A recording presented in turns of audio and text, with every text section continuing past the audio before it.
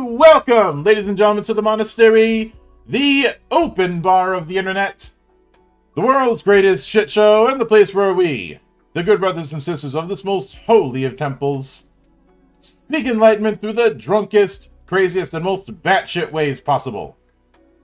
I am your one and only gaming monk, better known as Mildra, and with me I have a returning good brother, coming to us in the earliest turnaround time I've had with him for quite a while.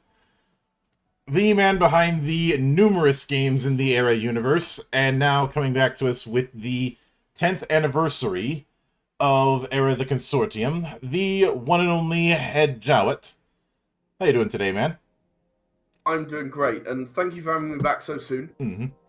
Obviously, you know, but just for the benefit of any listeners who were not backers of Era Friction, the reason I'm back already is I've already fulfilled Era Friction, and I'm back on Kickstarter with another project. Mm-hmm. One that means I think I can safely say this project in itself means more to me than any project I've ever done. In a sense.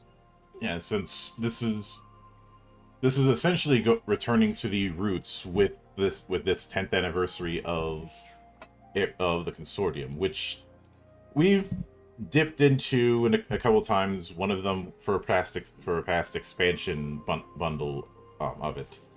But it's not just because it's here at the Consortium, because all of my games have a very special place in my heart. Mm-hmm. It's more what 10 years of Era the Consortium represents. It represents a decade of me creating. Mm-hmm. A little longer, but a decade since I published my first book. Yeah. And I think you would be hard pushed to find an indie, non-licensed game that has had the time and effort and the books produced for it that Era the Consortium does. Mm-hmm. One that remained indie and controlled by the creator of it. I'm not saying there are none, but there are not very many where they don't have either a huge license or a huge company behind them. Yeah. And we did. I guess what I'm really saying is sort of it proves that it's doable, Mm-hmm. right? You don't have to have millions of pounds coming in for the thing, that you don't have to have a 30-year gap or 20-year gap or whatever 7th Sea had before it was then picked up again. What it means is that you can create a thing and see it happen. Mm-hmm. And now with Era, you've mentioned wanting to do science fiction, wanting to do space opera, but one of the things I was curious about is there's always been a big emphasis on the living campaign for years with its run. And was that something that you had planned on integrating into Era from the word go, or was that something that just happened the way that it did? Yeah, no, it didn't just happen, but I never planned it. 10 years ago, I published a book, and it was a 300-page core rule book. I was very proud of it. Mm-hmm. It was my first book. It was a lot of work.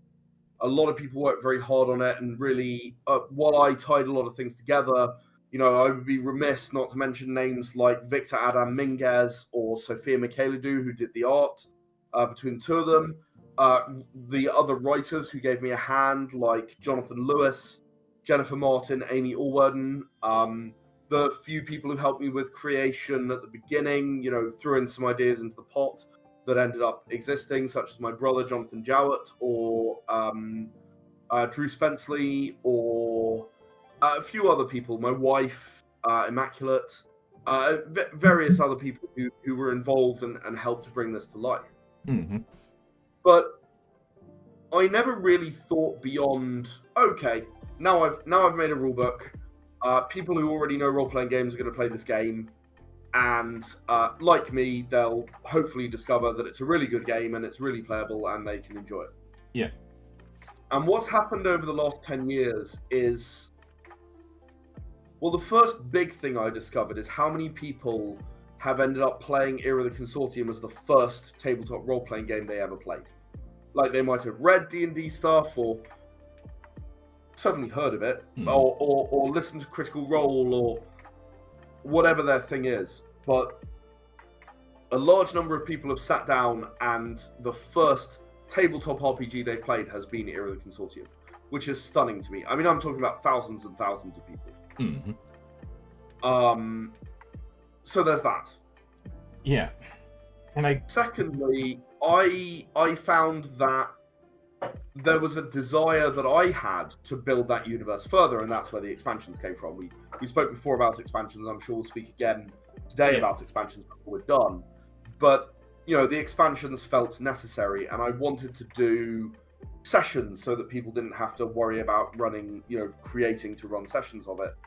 I wanted to do additional story for the universe, rules like psionics or new alien races with new tech, or I don't know, be a policeman and have the choice between the way in which you behave affecting the way that the environment is as a result, whether you're sort of community hero or by the book, for example.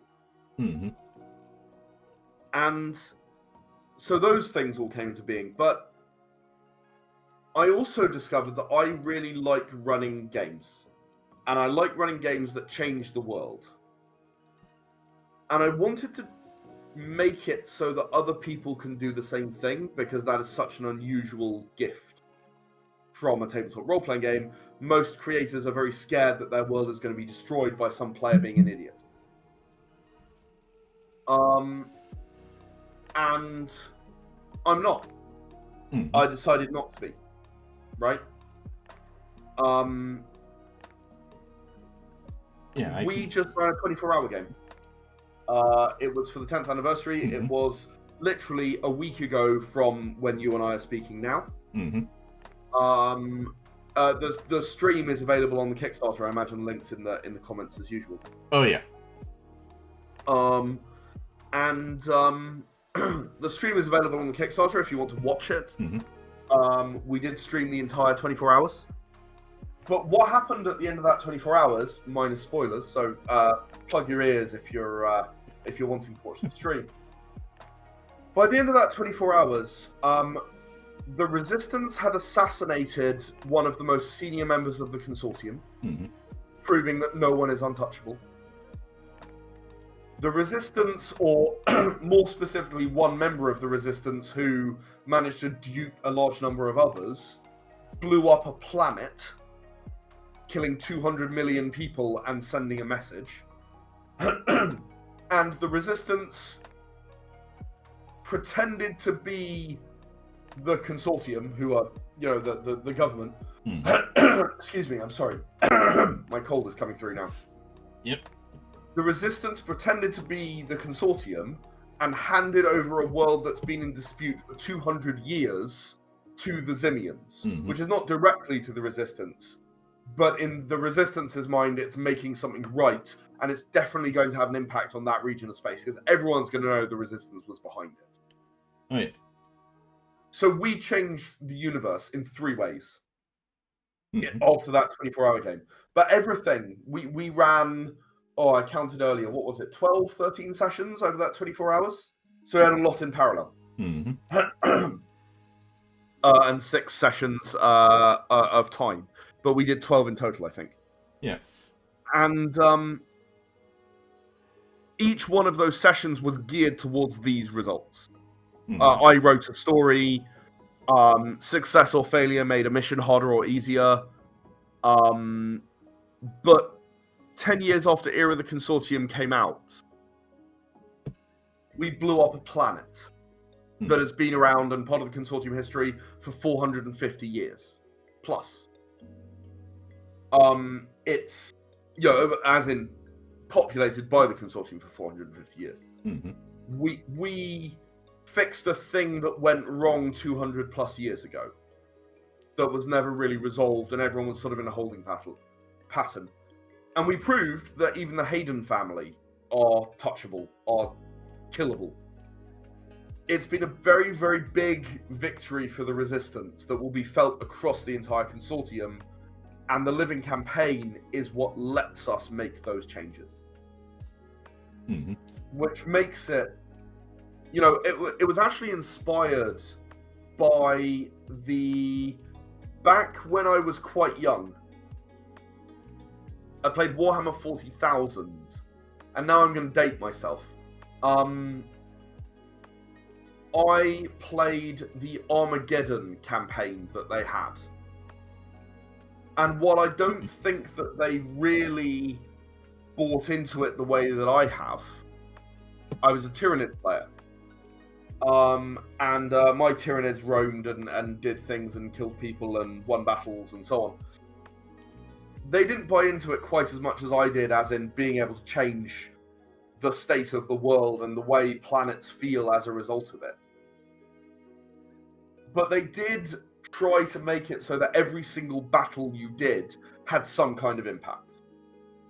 And then if you add to that sort of what was done in the Dawn of War video games, particularly the first one, I think, you end up feeling that impact that you have on the worlds that are involved.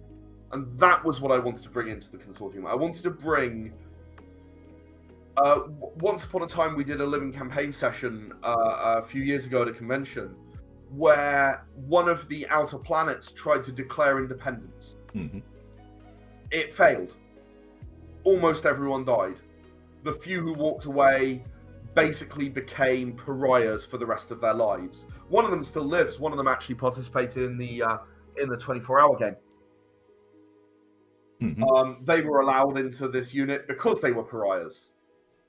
This unit was supposed to be the people who no one else wants, and they were therefore allowed in. So they fit really nicely. We had a player play as a Smirtios security general, literally a general from the other side. Now, no one else in the Consortium really wanted this guy to be someone who deploys with them, so they go to this unit.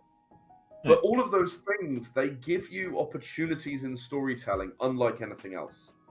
And that's why I think the Living Campaign is a really special thing. So, in answer to your question, no, I didn't plan it from the start.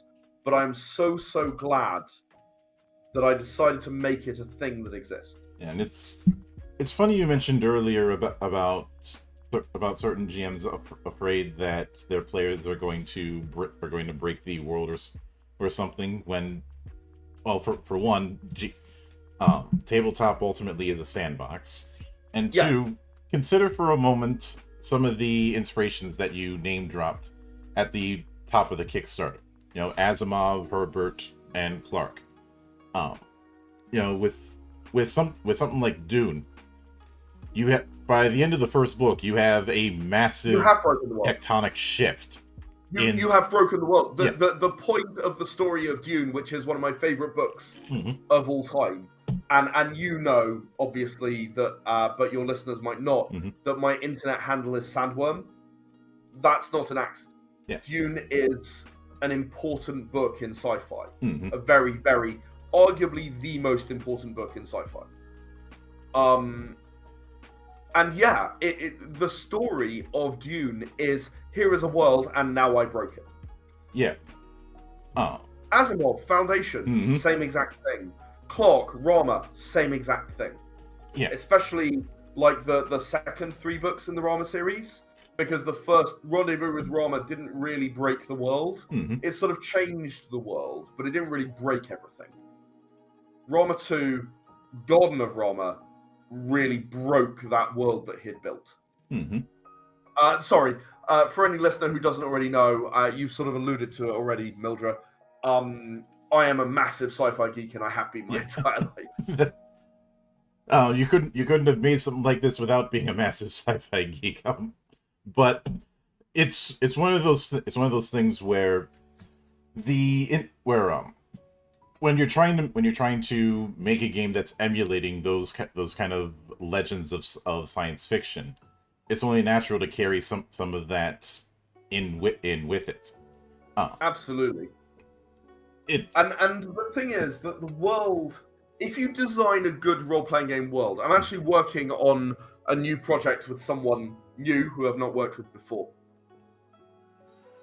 If you are designing a sci-fi world, it's got to be somewhat resilient, right? You can get the idiot who comes to you in a living campaign and says, right, well, we blew up every planet in the Consortium in one session. And I've thought about this a lot. Or assassinated every member of the Big Eight in one session. We assassinated them all. And I've been thinking about this a lot, and it's never actually come up. It was probably my greatest fear when I originally did this. But the answer is, I think that was probably a nice VR simulation you had there. Congrats. If someone does something really stupid, you just go, okay, fine. Or you assassinated this person. Okay, well done. You got their body double. Or they cloned them, and because they didn't want anyone to know that they'd died. Sixth Day style. The Arnie movie, if you're familiar with it. Oh yeah. And you've got these opportunities to do corrective storytelling. If someone really tries to do something stupid, no one has tried over the 4 years it's been running. 5. I've honestly lost track of when I started the Living campaign, but 4 or 5 years now, no one has tried to do anything that stupid. I've had a lot of submissions, as you'll see if you go to era-games.com/era-the-consortium/living-campaign. You will see every entry that's been done for the Living campaign, and I'm sorry, everyone who participated in the 24-hour game. I am still being lazy, and I have still not done it yet. I've been busy launching this Kickstarter and speaking to wonderful people like Mildra. I've not had the time to go ahead and write down what happened in the Living campaign on the board yet. But it will change things, and it will finally change some things in the favor of the Resistance, because they're being quite roundly trounced just at the moment. But as I said, what they've done shakes the Consortium to its foundations. And one of the things that I definitely find unique with how you've set things up with the Consortium, and some in specific, and to a certain extent some of the other works, is doing expansions in these waves. Normally when I see expansions in waves, that's the kind of thing you see in more collectible materials, not necessarily RPG books. So what prompted the idea of doing these kind of waves of expansions, which the 4th one is coming along with this particular Kickstarter? Indeed. That's a great question. I'm not sure I know the answer to that. I'm going to have a go, but fair warning, I'm not certain I know. I looked at... so my very first expansion, The Secret War, was not really part of a wave. I ran it on its own, and I got to the end of The Secret War, and I thought, oh, but there are so many other things, and if I'm running one Kickstarter for every single expansion, I am never going to finish all of the things I want to do. We're at 18 right now. And I'm hoping to go to 21 with this project being funded. So, yeah, I would never have got anywhere. So, I think that what then happened is I went, right, fine, you know what? I will put 3 expansions up. Was it 2? I can't remember. It was 2 or 3 expansions, I forget. For what I'll call Wave 1. Right? I called it a universe of expansions, in fact. I thought I can put multiple expansions up and set the goal a bit higher, and then fund that, and then send out 3 expansions at once. And that was where the 5th race, Rapier, and A New Dawn came from. The 5th race being, well, it adds a 5th playable race to the Consortium, but it also adds a lot of technology, and it sort of expands the story a bit more as well. It talks about the Titans for the first time and what they are. Well, not what they are, but that they exist. And something about the 7 chosen races, which no one is very sure about. No one's sure what it means. Including the 5th race who come with this prophecy. They travelled across space 1,000 years or more, Mhm. trying to find the Consortium and running into all kinds of problems along the way. Yeah. And So go ahead. then what happened was that Kickstarter project Mhm. funded way beyond what I thought. Absolutely enormous. I couldn't believe it, to be honest. Mhm. It funded 7 expansions instead of the 3 that I'd planned. And I went a little bit nuts. I added Time Travel Part 1, 2, and 3. I added Revival. And Revival was originally going to be a 50-page book of like campaign, like 5 session campaign. I went a little bit nuts because I love Alien, Dead Space, and the various inspirations that I used for Revival. And I actually built a 15-session campaign with a bestiary, maps of the interior of the ship, and so on. Blew my budget out the window, but we'd funded enough on the Kickstarter that I could do that. So when I came to wanting to do more expansions, specifically Free Trader, Predictive Genetic Algorithm, Home Base, and New Worlds, I thought, right, you know what? Wave 2, this is the right way to do this. We can produce the books that contain multiple expansions, and it's going to be really satisfying and fun to do that. Mm-hmm. Yeah, and then wave 3, and then wave 4. So, yeah, and speaking of one of the one entry within those expansions that I definitely wanted to put a bit of focus on was A New Dawn, where you introduced psionics. Because introducing psychics is something that is definitely flipping the table when it comes to any science fiction universe, since it creates a lot of opportunities, but also a lot of questions, and can create problems if left unchecked. Absolutely, and I think having done it and having faced exactly those thoughts that you've just mentioned. I think that's what gave me the guts to do Predictive Genetic Algorithm, let people create their own alien races. And I do think it's a contributing factor to feeling so free about doing the living campaign, as we were saying. Mm-hmm. Yeah, and obviously the way you have it, the powers that it grants can be as much of a risk as it can be a benefit. But it's absolutely. I mean, we brought up Foundation earlier. The second Foundation is all about mental powers to an extent, and I can't deny that Foundation and Foundation was a big influence on A New Dawn. Oh, yeah. There are a couple of other things in particular.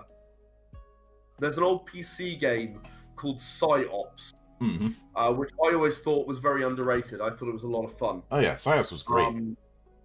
And they never made a sequel because apparently it didn't sell well enough. But it was a lot of fun. And you know, I sat there thinking for a long time about, do I want telekinesis? Do I want pyrokinesis? And so, for the benefit of people who have not, like yourself, read A New Dawn, I went for this is mental control of other people. You can give them a slap mentally and they experience pain. You can make them believe they're on fire, so they act accordingly. They don't take the damage, but they act accordingly as if they are. You can make them repeat the previous action twice. You can make telepathic nexuses for people. You can even, if you are an extremely powerful psionic, you can make someone suicide. You can make an enemy just suicide. Off the bat, you know, try and kill themselves. To the best of their ability is my GM get out of jail. They might be really bad at it. Not many people have actually tried to kill themselves. And succeeded, at least not many that are sat at my table. I don't tend to play with ghosts. Yeah. And so the thing is that gives you that. So that limitation on it It's got to be affecting someone else's mind. It doesn't do anything but affect someone's perception of reality. Mm-hmm. Secondly, you reject all of your implants automatically when you are injected with this psionic juice. Mm-hmm. You lose all of your implants. You lose your cranial implant. You lose any bonuses that you have from other implants. It's quite a negative thing, right? You lose out. And then finally, there's the psionic madness. So every psionic is gradually going insane. Incurably insane. They will just go nuts eventually. Mm-hmm. They will just become a mindless killing machine trying to destroy everyone and everything in their way. And as you gain more madness, you get hallucinations, you get blackouts, wherein the GM controls your character and it might even attack others. So yeah, it's a huge risk being a psionic. It's not something in universe that anyone would choose to do. Not if they were, not if they were a balanced individual to start with. Yeah. Since you brought up deep cuts when it comes to psychic uses in video games, I'll bring up one of my own that I ended up being reminded of because of that whole risk of going insane part, and that is Sanity Aiken's artifact, which is the main thing that a lot of people are going to remember for that is Ice-T voicing the main character, which is amusing to me. Even having his band Body Count provide a song for the game. But that one had that concept of scientifically created psychics that couldn't handle that new ability and go crazy. Yeah. Yeah. I mean, it's not an uncommon idea. There's an Evil Hat game, Don't Rest Your Head, mm-hmm. which is sort of a similar concept. And I took a lot of pointers mechanically from them around exhaustion and madness. And I thought their idea of being able to add exhaustion and push yourself harder, but you're stronger as a result. But then you've got that balance between how far do you push it before you risk going insane. And I'd also be remiss if I didn't bring up Galarians, which was this psionic survival horror affair on the PS1 and PS2. But one of the other elements that has become popular enough that you have it as part of the stretch goals for this campaign is the revival campaign. Yeah. And something I'm curious about is when you made the original revival, did you intend on putting in a backseat to expand on it if the time came? Revival is my love letter to Aliens and Dead Space. Mm-hmm. And there's one thing that anyone who knows either of those two properties is aware of, and that is that the story doesn't end just because you got away from the ship or planet. Mm-hmm. Right? The story doesn't end.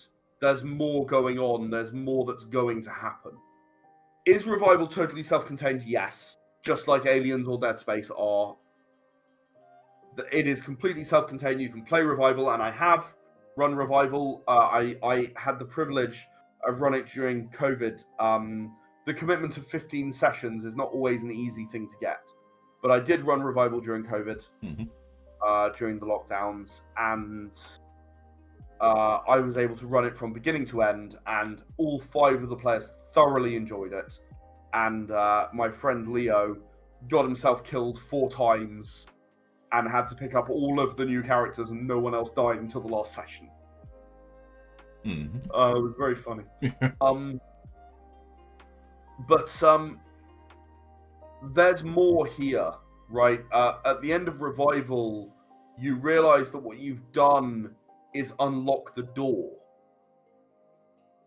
to what's worse. Which is a very common theme from the Alien movies, I think. Alien to Aliens. Mm-hmm. She's talking all about how, if you bring them back to Earth, try and use them as weapons. They revisit it in Alien Resurrection. That they have always sort of warned what would happen if an alien got to Earth. And I think that no matter how much you like or dislike those movies, that's a valid story point. I even ran again, living campaign session, where a group of explorers discovered this creature which would basically plant spores of itself within people, and they would turn into the examples, other species of that creature. It's not a new idea in sci-fi. I'm not pretending it is. It's very much something that's been done. But by the end of that, the group realized what would happen if they let this get back to the Consortium. In fact, it pretty much is very similar to Alien, let's be honest. They realized what would happen if they let it get back to the Consortium, and they crashed all of their ships and blew up the pyramid where they found it and destroyed absolutely everything with fire, and all of them committed suicide and died doing that. Right? All of them ended their own existence to ensure that it would never spread. Except in the second session of 3. So there were 9 sessions, but it was 3 sets of 2. 3 sets of 3. What am I talking about?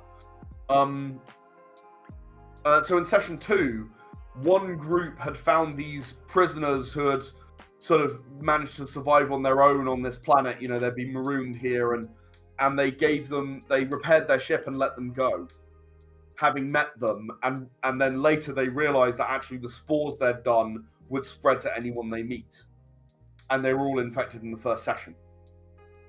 Or to be more accurate, the shared briefing in session 2 was when they were all infected. Some of them were infected in session 1. So, this awareness, this fear of what happens when this horrific thing gets back, I think that's a really interesting theme, and it's one that I want to kind of explore a bit more in Revival 2. I want to have... there was canonically only one survivor in Revival. And I'm going to have to follow that thread. But, he'll build a new team. He'll be trying to destroy these things and stop these things. So you're handling the transition between Alien to Aliens, or between Dead Space 1 and 2. Yes, absolutely. That's the sort of thing. In fact, I intend to really begin this campaign very much in the way that Dead Space 2 begins. You're whether it's a mental asylum, I'm a bit unsure of right now, but you are certainly imprisoned, or Eflori is certainly imprisoned. And I believe that the people that he brings on board with him will be the security guards that survive the next outbreak, and then other prisoners or mental patients. I'm not sure. Yeah. There is one. Admittedly, there is one film that's not necessarily space level sci-fi that might be good to crib notes from it. If I were to run Revival myself, I'd probably crib notes from it, and that is the film Virus. If you saw that back in the day. I did not see that one, actually. No. Don't know that. I will. Aside from some very, very, very good practical effects that it had, especially when it came to the creature designs, right. One of the big reasons that I bring that one up is the monster in that is a kind of sentient electricity. Right. That takes over this derelict ship and starts making minions out of basically anything and everything electronic in the place. Okay, cool.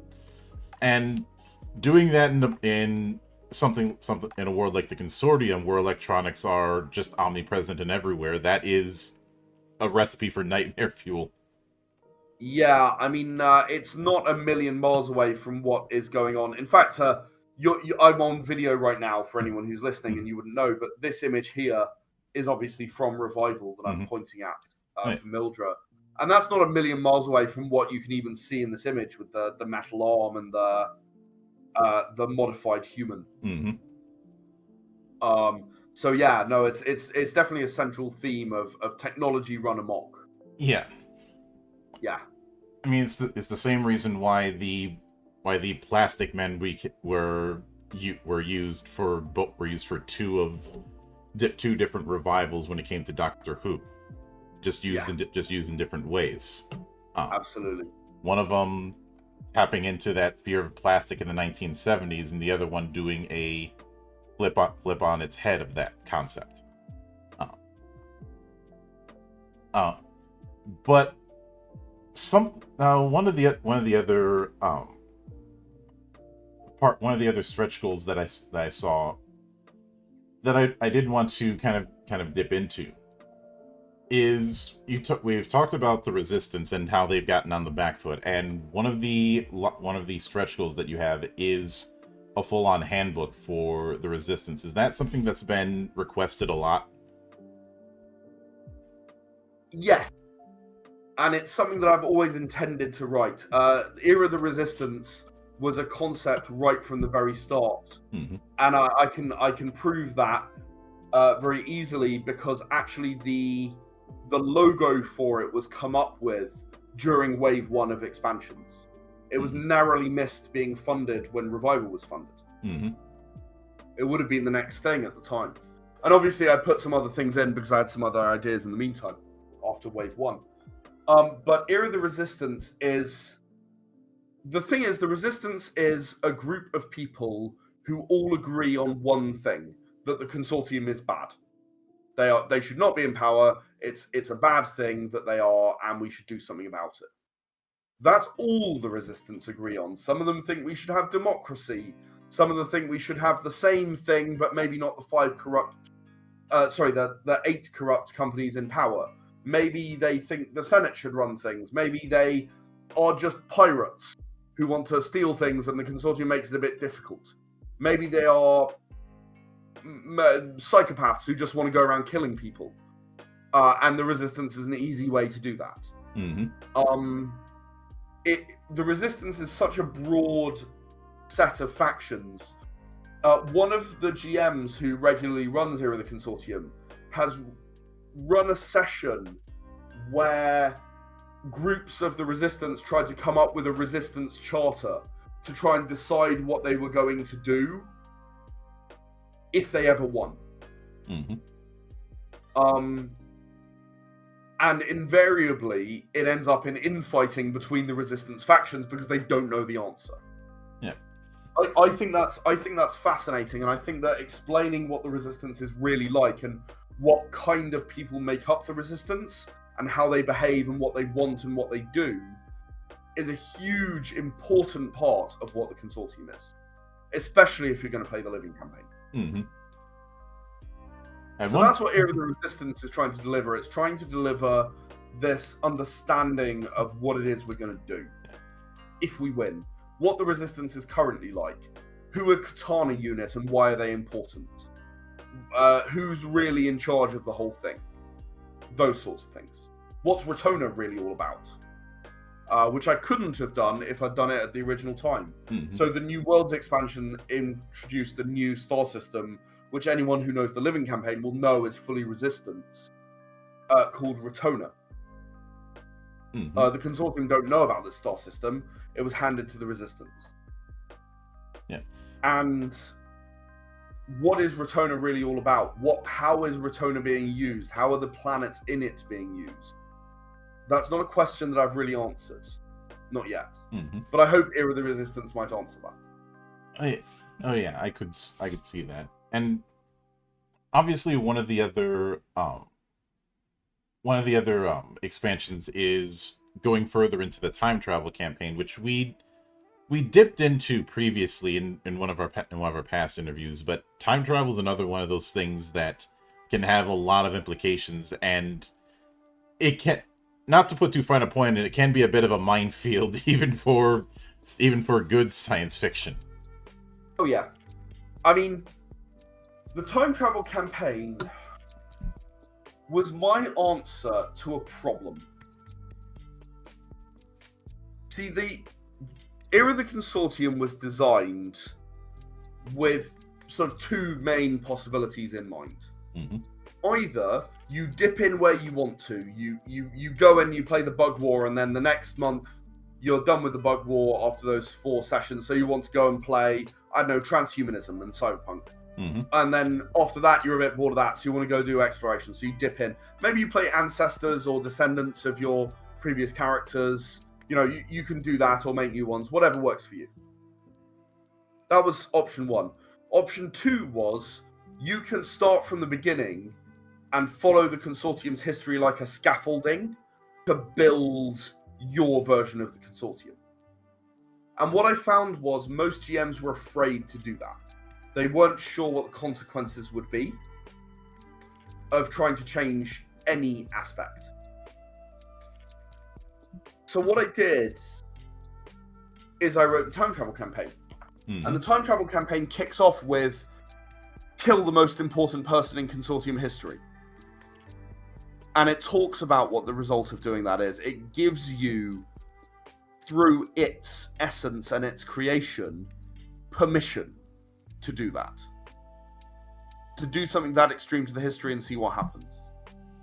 And the time travel campaign guides you through the choices that you're going to need to make as a GM, as players, and helps you depending on the choices that you make.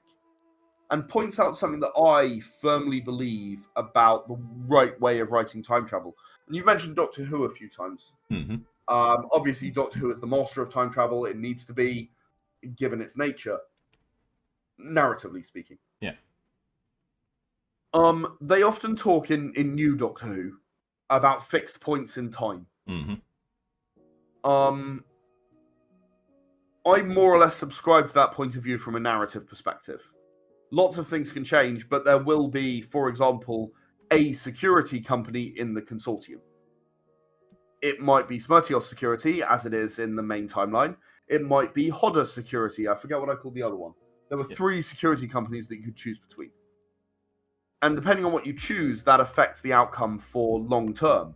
But I cover it. I continue to cover it. I allow you to understand what the differences are between them and make a choice. Mm-hmm. It supports the GM and it supports the players in having the power to do what they want to do. That's what the time travel campaign is really all about.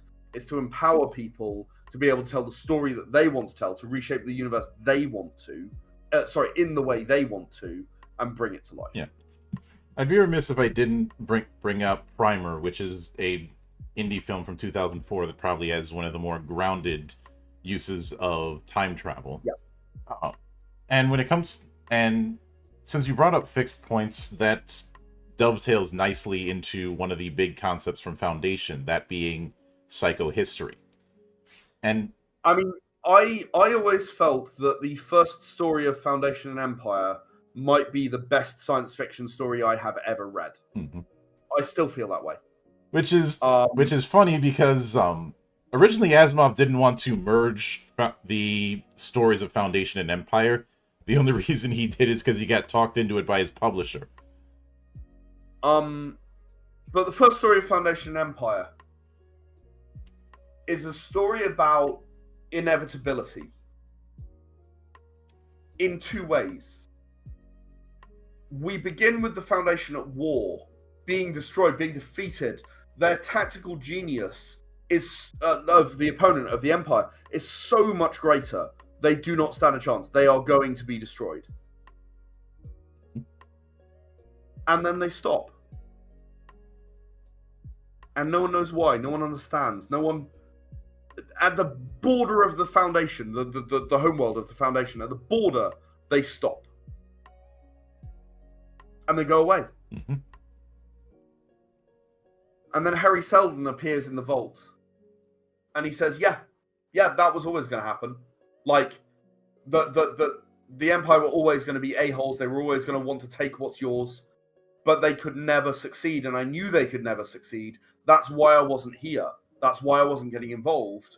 Because they can't succeed. An admiral who takes over the Foundation will become the Emperor. Because they'll be that victorious and the Emperor will not be able to stand against them when they come home. So the Emperor can't let it happen. The Emperor is your greatest protector, Foundation, because anyone who beats the Foundation replaces the Emperor. And that probably means he's minus a head afterwards. he's never going to let that happen, so he's going to stop everyone who might win. Yeah. Have fun. And away goes Harry again. Mm-hmm. It's a story of inevitability in both ways. Yeah, and inevitable defeat, and then inevitable that they could never be defeated, just because someone who knows more about it than they do understood the situation better than they ever could. Mm-hmm. And that, for me, particularly with what he built on in Prelude to Foundation and Forward the Foundation, about how Harry Seldon was primarily a sociologist. I guess he really did it very heavily influenced Second Foundation as well, and the location of the Second Foundation. But for me, that was Harry Seldon understands people in a superhuman way. That's what interests me about Harry Seldon's form of time travel. Mm-hmm. And obviously, doing a multi-generational kind of campaign is an ambition of a lot of people. I'm certainly no stranger to it. But shifting from that, there's always one major one major elephant in the room whenever you're dealing with interstellar space opera, and that is in regards to FTL. Mm-hmm. And I'm guessing that in the early days of nailing down the consortium and all that was one of the things you had to nail down, since there's a lot of different ways that FTL can be handled. You could do. I had to think a lot about it. Yeah, you could do the fixed point kind of affairs. That's one angle. You could do the warp from anywhere. That's another angle, or something in the middle. I think that the type of FTL that you choose, mm-hmm. or to be more accurate, the way in which you travel between planets and solar systems defines the hardness of your sci-fi. Mm-hmm. That's a fundamental decision that is the difference between hard sci-fi and space opera to me. Mm-hmm. There's nothing wrong with either. Sorry, I want to be really clear to anyone listening. I don't have any problem with either. And I wanted the Consortium to be hard sci-fi. And the one thing that I'm willing to accept in hard sci-fi, the way I wanted the Consortium to be, was wormholes. Wormholes can exist. Now, humanity can't create them, at least not at the moment. I'll come back to that. Mm-hmm. Leave that plane circling and come back to it if you want to. But the Consortium can't create wormholes. It can move them by creating a giant electromagnet around them, and they're essentially electromagnetic phenomena, so you can sort of drag them across space, real space, moving the mouth of the wormhole. That's as far as I was willing to go. I wanted to be backed up by reasonable science. Beyond that, the Kamaja, the ship that brought humanity to Consortium space, travelled for well over 1,000 years. The Ulutians, the Zile, travelled just a bit less than the same length of time. The Pliangrathalon, I've already mentioned, did travel that distance as well. Mm-hmm. The Zimians actually travelled for 55,000 years through space. The Velithi are a bit more interesting. They were actually a result of the resistance. The Consortium exploring a new world by traveling at conventional speeds, 1/10 the speed of light, being basically the maximum speed that any Consortium ship can reach. That means, just for context, it would take you about 2 weeks to go from Neptune's orbit to the Sun, give or take, mm-hmm. at 1/10 the speed of light, which I felt was a pretty reasonable length of time. So they travel off to a planet called Albiorix. They're gone for 100 years. Mm-hmm. And when they come back, they've accidentally found, they didn't even realize that they'd found an alien life form. It got away, released in an unknown environment, and it thrived rather than dying. And they were basically artificially uplifted by mistake. by the Consortium. Mm-hmm. Which I could be. I will admit when it comes to the hard, their form of life is so different to anything the Consortium already knew. They didn't realize. And when you mentioned uplifting, for whatever reason, I ended up thinking of some of the species that were in the Marathon games, which is I'm not sure how familiar you are with Marathon, but that is a rabbit hole that does not end. Well, indeed, and I wouldn't say that the Consortium is capable of uplifting any species at all. It was a complete happenstance that they brought back this species and uplifted them by mistake. I don't believe that the Consortium has the technology to improve the brain power of, like, let's say even chimpanzees. Like, they aren't even Planet of the Apes level here. The more modern Planet of the Apes, where it was deliberately done by humans. The Consortium does not have that level of technology, in my opinion. Or indeed Eclipse Phase, which is one of my favourite sci-fi tabletop RPGs, where a lot of species have been uplifted to relative sentience. Now, with that in mind, I think one of the big elephants in the room that I'd have to address is because obviously there's going to be a bunch of people who are backing this who likely already have a copy in some form of the original Era of the Consortium. So between that original version and this 10th anniversary, what's added? Since obviously the page count is significantly higher on this 10th anniversary. Yeah. So, first of all, I decided that there had to be a limit to what I did in the original core rulebook. There are something like 150 years, not altogether, but gaps that add up to that amount within the Consortium's history in the core rulebook where nothing happens. Like, there's no timeline entry, there's no change in what the Consortium is about, there's no events. And I think that, we've lived through our life, which, certainly has at least a few decades contiguous between the two of us. Yep. Shared, I guess, between the two of us. And I don't think that nothing has happened in any decade that I've been alive. So I wanted to increase the number of events so that there wasn't these huge blank spaces. That's number one. Number two, I wanted to go into more detail about the places, the factions, the space stations and the planets and the people you might meet and so on, what they're like and so on. I found that while I'd covered it quite well for the main planets, I'd left it quite sparse for other things. I'd not covered the moons around the gas giants and what it's like to live there. I'd not covered a lot of the pirate territory, that kind of thing. So I wanted to include that, so I added that. I wanted to add some additional explanation to some of the specialties where I'd found that people had misunderstood. I wanted to add more equipment, more explanation about the equipment, more images.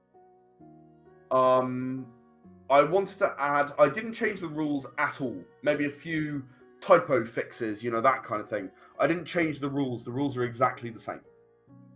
But the GM section completely changed. By the time I did the 5th anniversary, or even the original definitive edition, which was about 3 years after I did Era of the Consortium, I'd done Era Liars, Era the Empowered, Era Survival, perhaps even Era Silence as well, I don't remember. And I'd realised that a lot of people were asking me, well, why would I ever link luck and gunnery? I don't get it. So I wrote pages of examples of why you would link any attribute with any skill. I wrote a double page that says, here is every subgenre of sci-fi I could come up with. There's about 45 subgenres. And where you would play in the Consortium if you wanted to play them. I wrote I wrote some extra GM advice, an extra few pages of GM advice. So the GM section was the biggest non-story related change. I think the story improves your ability to go anywhere in the Consortium and do a thing, and even see what happens 2 years after you did your thing. And I think the GM section, the big changes in the GM section, I think that is, for me, the most important change, even if it's not the biggest. It was about 100 pages more story and about 20 pages more GM section. Yeah, I can certainly get that. And in that same vein, you're also doing a pocket version of the thing. So once upon a time, I did something called the Rulebook Primer. And the Rulebook Primer was a 40-page A4 book, which was intended to give you a taste of what the Consortium was all about. It gave you a one-page summary. It gave you some character creation options. Very little information about the universe. You know, what each planet is like was just not a thing. It gave you human, Eulutian, or one kind of Zimian, and there are 3 kinds of Zimians. No Valithi character creation options. It gave you limited number of specialties. It gave you limited amount of equipment. It gave you the rules in full and no GM stuff. Now, it was the right decision at the time because I did not have the experience that I have now. But it's not right for me, for the Consortium, for what the Consortium is now. The Pocket Rulebook is designed to give everything that you would get from the definitive edition or core rulebook if you want to play the living campaign. So it will only talk about the current situation in the Consortium at the end of the history where we are now in the living campaign, 450 odd CE. So it'll talk about Plea and Grathlon and explain what they are. It'll talk about, it won't give you Plea and Grathlon building, like character creation rules, but it will explain they're there and you need the 5th race to do it. And it will give you a detail on what they are and what they're like and what it's like to interact. It will give you every character creation option that you get in the core rulebook or the definitive. It will give you every specialty, every implant, every weapon, every piece of equipment, every armor choice, I guess. Everything that you could have for your character is in that book. Now, I've had to do a lot of rewriting. It's actually an extensive job to cut, I don't know, a couple of 100 pages down to 70 A5. A couple of 100 A4 down to 70 A5 pages. But I've done it. The rules are all in there. There is GM advice in there. That's really important to me. So, but it doesn't have the worked examples. It does have the full rules. It has the flowcharts that people have come to expect from era games, but it doesn't have the worked example space. It doesn't have appendices with example failures. It doesn't have all of the things that you might want to get for... It won't have that list of skills and attributes linked. I don't have space for it. It has a few examples, but not all of them. I've had to cut quite carefully to make sure that every choice that you would have remains intact. But I can fit it within a reasonable sized book. And I was aiming for 60 pages, so I have failed. I'm at 70. For the record. Yeah, and in all fairness, most people, when they say that they're going to make something reasonably sized, rarely do they ever follow through because things happen. 420 pages down to 70 pages of half the size. So it's effectively 840 pages of A5, roughly, that I've got down to 70 pages. So it's less than 10%, a lot less, about 8% of what it actually kind of is in content. I'm very happy with the Pocket Edition as it stands. I've done the right thing this time, which is if you want to play the living campaign, and most people do, Most games are living campaign games. If you want to play the living campaign, you can pick up this book, whether you're a GM or a player, and you can play pretty much as well as you would. It's got short explanations of what each planet is like. It's got short explanations of each race, each faction. All of the things that are in the rulebook are summarized. So you don't have every detail, but you do have the flavor of it. As I'm sure you can imagine, it's involved complete rewriting of everything. Oh, yeah. Now, with that in mind, what would you be shooting for as far as a release window for the digital versions of the core book and some of the expansions you've got planned? So I've committed to April. No, I haven't. I'm sorry. The pocket edition I've committed to February. My bad. It's the print ones I've mostly gone for April. I really believe I can do this by the end of the year. I don't see any reason why not. I don't have anything else big going on once this is over, and I'm working on it while this is going on. You know, while I'm not in interviews with people like yourself, I am using my time to work on the books. Yeah, I could certainly see that. And so yeah, I believe not the expansions. The expansions are going to be a bit harder. But I believe that the Pocket Rulebook and the 10th Anniversary Definitive will be ready by the end of the year. Oh, yeah. And I will certainly keep an eye out, and I'll be looking forward to seeing how it develops. But with that said, I do want to sincerely thank you for taking the time out of your schedule to come all the way to my temple and enjoy the madness that happens around here. I'm starting to feel like I might be one of the major contributors to the madness that happens around here. You and hundreds of others. I can assure you of that. And anytime you see fit to return, and I have a feeling that will happen. Yeah, I mean, be careful what you say, because, you know, then we might be talking in another 3 weeks. Don't threaten me with a good time. The door is always open. As I often say around here, drinking is not mandatory, but it is encouraged. And, of course, a sincere thanks goes out to everyone who took the time out of their schedule to come on to the Oh. Yes, thank you. Sorry, yes. Come. Thank you very much for coming and listening. Sorry, I was just reinforcing what you were saying. I agree. Yeah. And, of course, there'll be plenty more where that came from, as there always is here, on the open bar of the internet. But until then, on behalf of the good brothers present and not present, my name is Mildra. I am your gaming monk. Stay fucking frosty, everybody.